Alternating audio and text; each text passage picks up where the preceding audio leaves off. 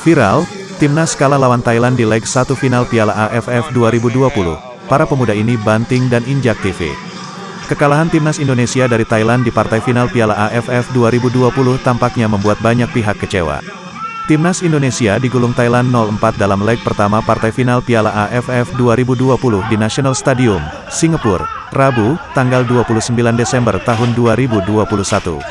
Hal ini membuat sejumlah pendukung timnas melakukan hal di luar kendali. Misalnya saja gerombolan pemuda yang membanting hingga menginjak-injak TV usai melihat kekalahan timnas.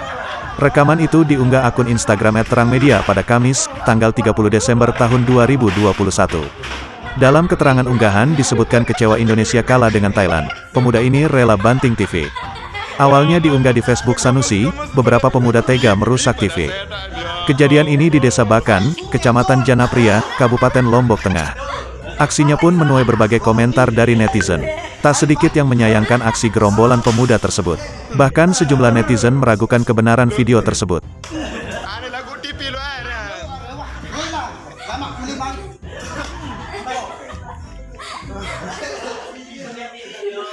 Mati.